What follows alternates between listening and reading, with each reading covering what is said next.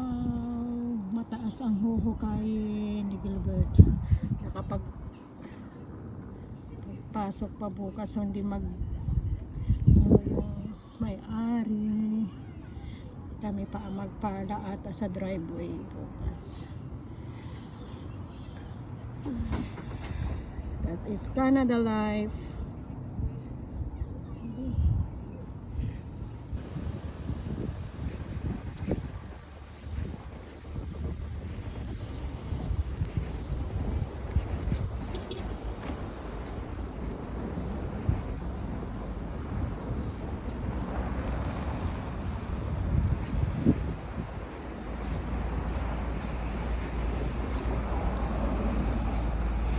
Kunti na lang ang huhukayin kasi naghukay si Gilbert kagabi.